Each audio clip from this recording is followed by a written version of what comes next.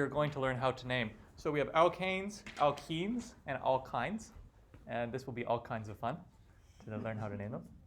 And alcohols, haloalkanes, amines, and carboxylic acids are the last one. So you see depictions of most of those 7. I just don't have a picture of alkynes up there. But we're going to learn how to name and draw these and over the next couple days. Nathan? Because carboxylic acids belongs to its own separate family. There's a family of other functional groups you'll learn at level 3 which are derived from carboxylic acids, and they're more complex. So carboxylic acids are color-coded differently because, like I was just saying, they belong to a different family of compounds. But all these yellow ones are all kind of derived from the basic alkane structure, where we just put different things onto that alkane backbone besides hydrogen. So like haloalkanes, there's a halogen in the place of where a hydrogen was on an alkane. That's the only difference. So the X here stands for a halogen atom, like a bromine or a chlorine or a fluorine. And an alcohol here, it's just an OH group in the place of a hydrogen attached to a carbon backbone. That's what makes it an alcohol. There's an OH group. That's it. With an alkene, there's just a double bond somewhere in the carbon chain, and that's it. So they're all very similar to one another. Okay, so these are the 7 functional groups we're going to learn about how to name. We're going to really focus just on alkanes today, and once we know all the rules today, it should be quicker to learn all the other functional groups, even though we're just spending this lesson on one type of compound. Once we know these rules, we can use those rules to learn how to name the other ones pretty quick.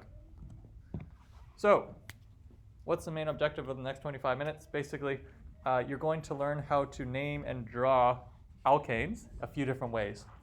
So I'm going to refer to something called the structural formula of a compound, the condensed structural formula of a compound, and the molecular formula.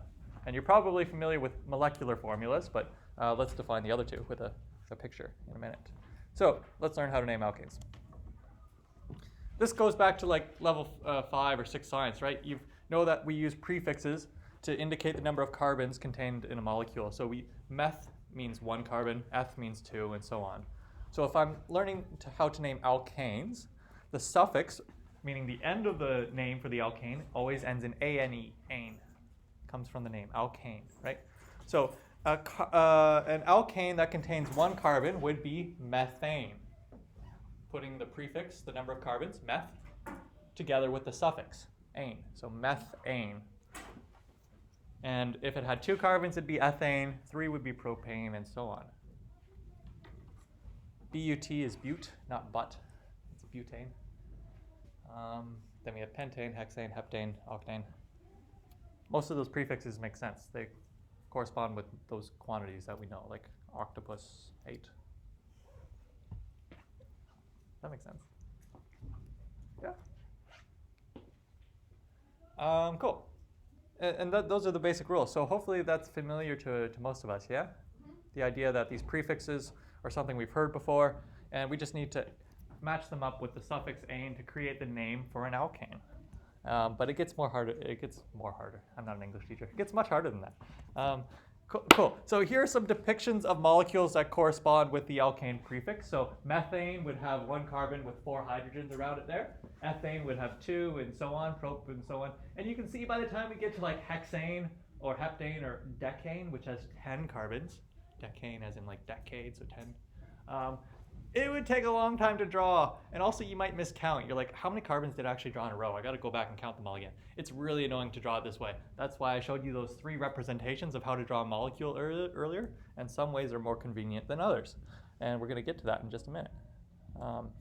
So here I've just put up depictions of how to draw methane and ethane more with a 3D modeling kit where the bond angles are more representative of what they actually are.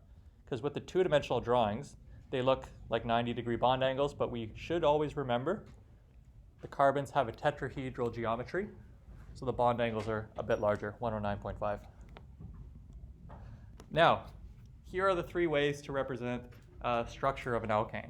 So we have the molecular formula in the left column, the structural formula drawn in the middle, and then the condensed structural formula on the right. And I've provided 3 examples that we should become familiar with. So in the first row, we have an alkane. I know it's an alkane because the suffix ends in ane. And I know this alkane contains 2 carbons because the prefix is eth. so it's ethane. And I've given you the molecular formula. The molecular formula just summarizes how many of each type of atom we've got. C2H6, 2 carbons, 6 hydrogens. But how are they all connected to one another? That's what the structural formula really explains. So we see the 2 carbons are connected with 3 hydrogens bonded to each of them. And that doesn't take too much time to draw. But it will if we had to draw decane out as a structural formula. If we had to draw decane out as a structural formula, we'd have to draw 10 carbons with all these lines, all these hydrogens. It would be really time consuming. That's where the condensed structural formula is really effective. Basically, it condenses the formula to remove the lines, to remove the bonds. So you can see in our ethane drawing, we've removed the lines in our condensed structural formula to get CH3, CH3.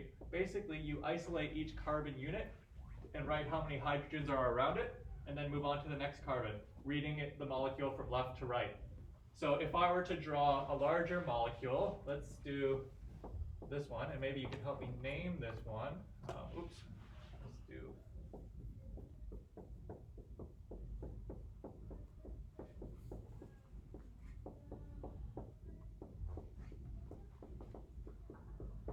this one here. Before I write the condensed structural formula, can you help me name this compound based on the structural formula you see on the board? So think about how many carbons there are. Pentane, yeah, it's pentane. Pentane, cool. Now, this took me a few seconds to draw. It wasn't too long, but anything longer would be really inconvenient. So let's condense it. So I'm looking at each carbon group at a time. So there's a CH3 group. Okay, now I move on to the next group. That's a CH2. What do I have got next? I got CH2, another CH2 group, and then finally on the end, CH3. Now that still took me a while to draw because these groups are repetitive as well. Guess what? We can condense this even further. We could do this, CH3, in brackets, CH2, 3, CH3. This means there are 3 repeating units of CH2 in a row. So I've condensed this condensed structural formula even more. But both are considered condensed structural formulas. Either are fine if you were asked to draw the condensed structural formula. But I'm just saying this is another time-saving measure. Put in brackets the repeating unit and indicate after the brackets how many repeating units we've got in a row.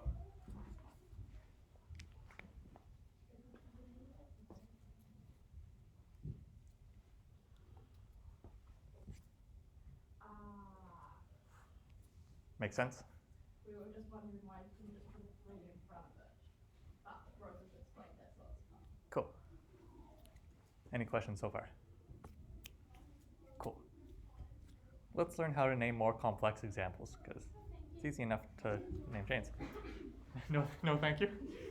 It's going to be fun. It's cool. They're like little puzzles. Okay. So now we're moving on to a more complex example, naming branched alkanes. So they have little branches like trees. So far, we've only looked at what are considered known as like straight chain molecules, where all of the carbons are in one long chain. But what if that long chain, often called a backbone of the molecule, had little side chains or branches coming off of it, like this molecule does? It's got one long chain of 4 carbons, and on this carbon here, there's a wee little branch, wee little carbon coming off there. And lots of molecules are not just straight chain alkanes, they're more complex than that. So let's get familiar with how to name them. We'll get back to that example. So the first step, I'm going to take you through the steps. We want to find the longest chain of carbons. This is often called the parent chain, or the backbone of the molecule. So the parent chain of carbons is the longest chain. And this will give us the main name of the alkane.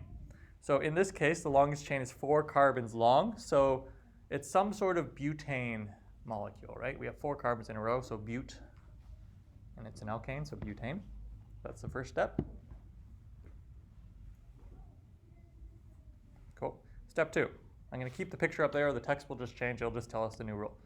Find the side chain and name it based on the number of carbons in it. So this side chain here has 1 carbon. And any side chain ends with the suffix YL. So this is called a methyl group, And if there were 2 carbons, it would be known as an ethyl group. 3 would be called a propyl, and so on. But this is a side chain consisting of 1 carbon, so it's called a methyl side chain. Now we're going to put these parts together. So far we've identified the main chain's 4 carbons long, so it's some sort of butane. There's a methyl group attached to it. Next step. We need to count from either end of the parent chain and find the lowest number of connected carbons required to reach that side chain. So we have 2 ends of the molecule. We can start from over here, right? Or we can start from this end of the molecule. And we are required to use the lowest numbering system.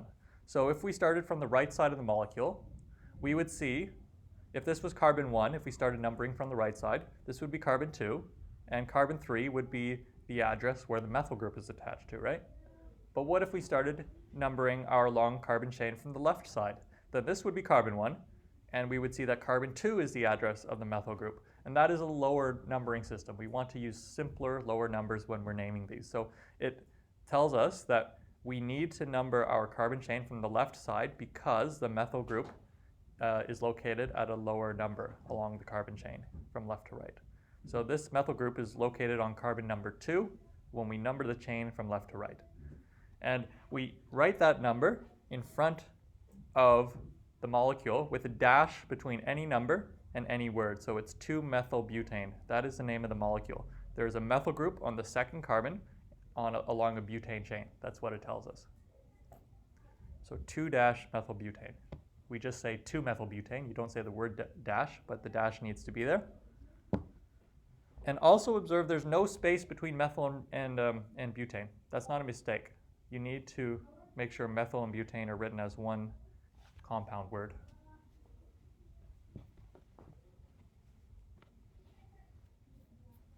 Sounds good? I realize it says propane there. That should say butane. I'll fix it up.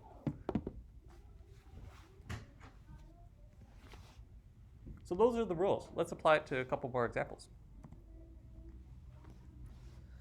Something like this.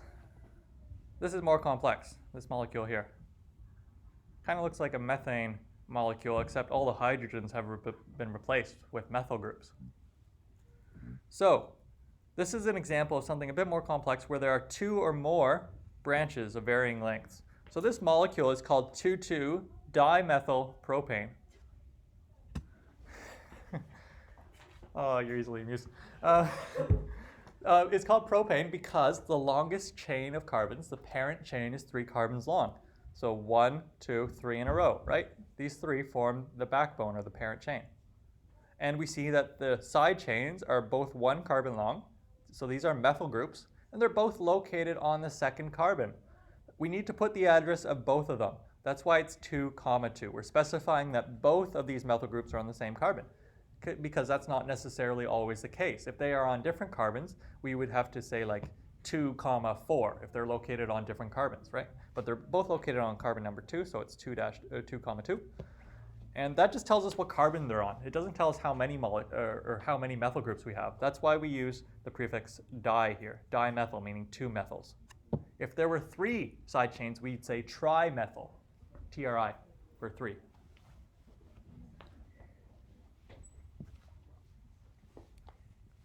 So it's important when you have more than 1 side chain on the same carbon, you need to specify where they are with a comma. And we need to use the prefixes di or tri if we have multiple side chains of the same length. So we have 2 methyl groups, so they're the same size, 2 of them, we have to say dimethyl.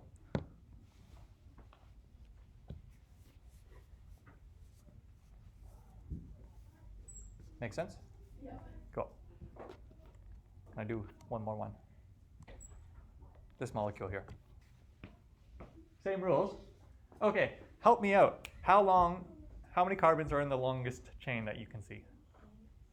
How many? 6. 6 looks good to me. So that tells us, what sort of name are we considering right now? 6 carbons? Hexane, yeah. And should we start numbering our parent chain from the left end or from the right end? Remembering, we want to label the side chains using the lowest number priority system. Left side. Because that would mean our methyl group is on carbon number 2, right? And our ethyl group is on carbon number 3. So that's lowest priority. That works. Now, we need to name this. Now, do we say 2-methyl, 3-ethyl? Or do we say 3-ethyl, 2-methyl? What do you think? I haven't really explained which one's right. What do we think? You mean the one lowest numbered first? So you're thinking 2 because 2 obviously is lower than 3. So you would say 2-methyl, 3-ethyl maybe? That makes sense, but that's not the rule that chemists decided upon. They decided on an alphabetical naming system. And ethyl starts with E, and that comes in the alphabet before M for methyl. So the actual name is 3-ethyl, 2-methylhexane. Notice again the dashes between all words and numbers, including after ethyl and before the number 2. So it's an alphabetical naming system, that's it. The rule is never going to change.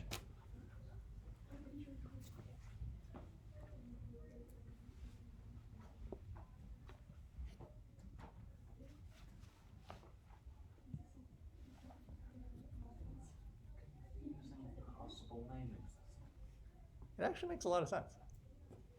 Yeah, but it jumps around all over the place.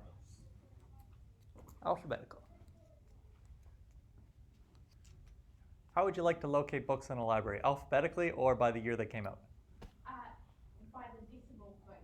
That's still doing decimal system. If the books were all named after, if all the names of the books were the, but it's not really like locating books in the library. Yeah, my analogy kind of fails. It's like if you had to name. It's like if when listing the numbers between 1 and 10, you did that in order of.